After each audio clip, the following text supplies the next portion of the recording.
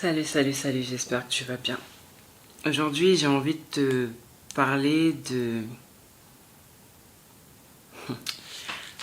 vivre avec une personne alcoolique. Vivre avec une personne alcoolique, c'est vraiment pas quelque chose de facile. Tu aimerais pouvoir l'aider, mais tu sais que tu ne peux pas l'aider. Donc en fait, tu aimerais te positionner en sauveur, tu mets un costume pour rien parce qu'en fait, tu peux absolument rien faire. C'est à la personne elle-même de vouloir être sauvée et de demander de l'aide. Mais la plupart du temps, certaines personnes qui sont alcooliques ne demandent pas d'aide. Pourtant, leur comportement, c'est un appel à l'aide.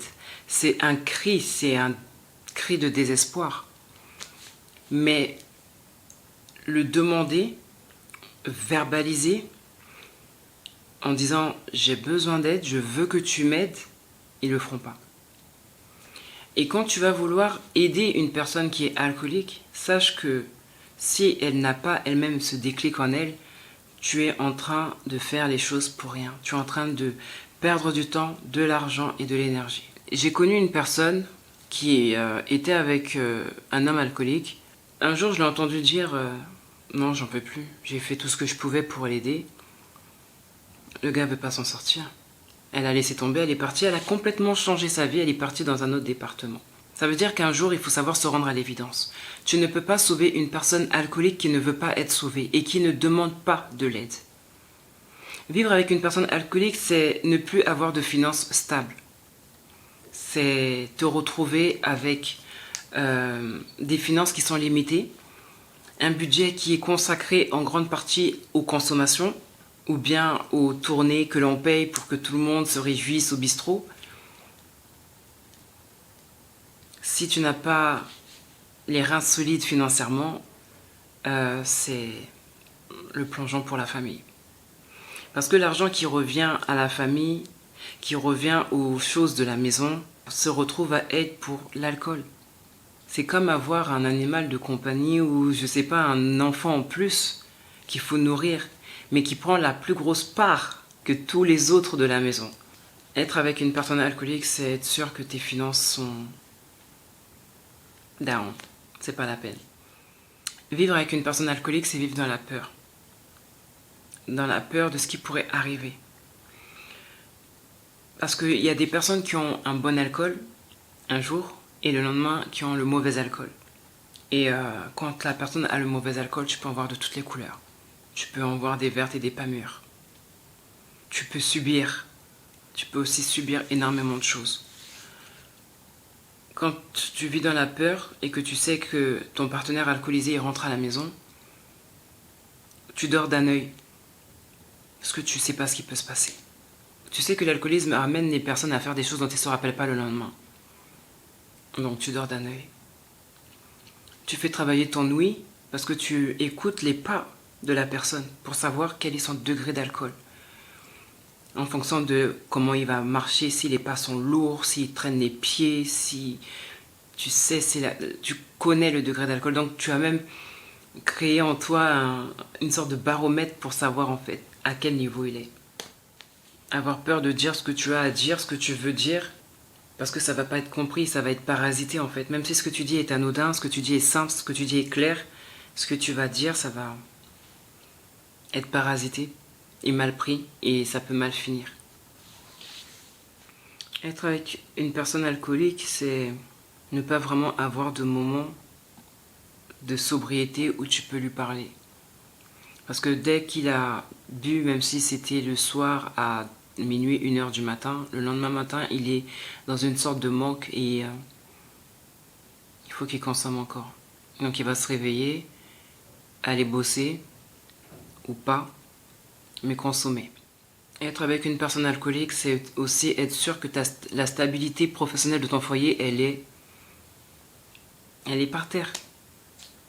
Elle est par terre. Tu as des gens qui ont une certaine maîtrise quant à ce qui est de leur alcoolisme. Ils savent que non, là c'est le moment de travailler, je ne touche pas. Mais quand ils terminent, ce qu'ils auraient pu boire dans la journée, ben, ils vont te le faire en 1 heure. Mais tu as des personnes qui n'ont pas cette force-là. Tu as des personnes qui vont boire même pendant qu'elles travaillent. À la pause déjeuner, et quand elles reviennent sur leur lieu de travail, ça va dans tous les sens. Et après, ben, tu apprends que licencié, renvoyé ou abandon de poste parce qu'on préfère rester avec son ami la canette. Être avec une personne alcoolique, c'est avoir une vie qui n'a plus vraiment d'objectif en fait, qui n'a plus vraiment de but.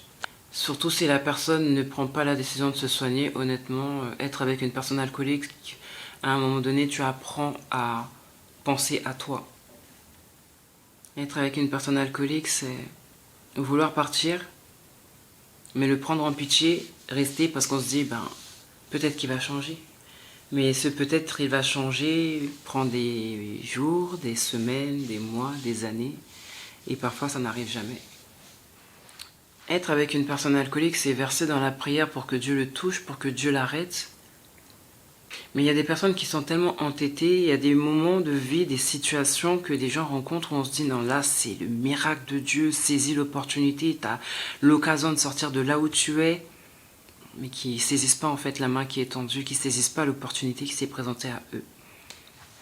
Être avec une personne alcoolique, c'est redoubler de force, physique et mentale. Parce qu'en fait, tu n'as plus un homme ou une femme dans la maison, tu as un enfant. Donc tu n'as plus personne en fait sur qui te reposer, tu n'as plus de soutien moral, tu n'en as plus. Tout repose sur toi.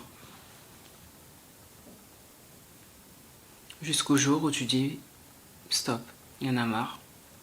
C'est pas ma vie. Je suis pas appelée à être un infirmier ou une infirmière sur voilà. Un tel a fait tel choix de vie, je vais le laisser vivre son choix de vie, je vais la laisser vivre son choix de vie. Moi, il faut que je m'occupe de moi, de mes enfants et de ma vie en fait. C'est bien d'être là dans les moments, d'être la femme ou l'homme, enfin du moins le partenaire qui soutient, qui est pour le meilleur et pour le pire. Mais parfois tu es en train de supporter un pire qui ne te revient pas. Ça ne te revient pas d'être dans cette position, d'être dans cette situation. Ça rejoint un peu la vidéo que j'ai faite qui dit « Apprends à décider ». Apprends à décider. Prendre l'autre personne en pitié, c'est totalement normal. On a un cœur, on a de l'empathie, on a de la compassion, on a de l'affection parce qu'on aime ou on a aimé cette personne. Mais quand tu vois que cette situation que tu as supportée, que tu subis, ne t'est en rien favorable, que tu as tout essayé pour que la personne s'en sorte, il y en a qui diront non, il faut rester jusqu'au bout, coûte que coûte. Dieu, il veut que tu souffres, que tu vives une vie où tu risques de perdre ta vie. Parce que tu sais, quand tu es avec une personne qui est alcoolisée, par exemple, si tu dis une chose, comme je disais tout à l'heure, qui est anodine, mais que cette personne, elle le prend mal, et que ça finisse mal, de quel mal il peut s'agir? Soit tu finis marqué, soit tu finis hospitalisé, ou soit tu finis à la morgue. Qui va s'occuper de tes enfants? Être avec une personne alcoolisée requiert qu'à un moment donné de ta vie, quand tu as tout fait, quand tu t'es assez donné en spectacle devant tes enfants, ça requiert que tu prennes une décision. Ça requiert que tu prennes une position ferme pour ton bien-être. Le bien-être de tes enfants peut être le bien-être de la personne alcoolisée.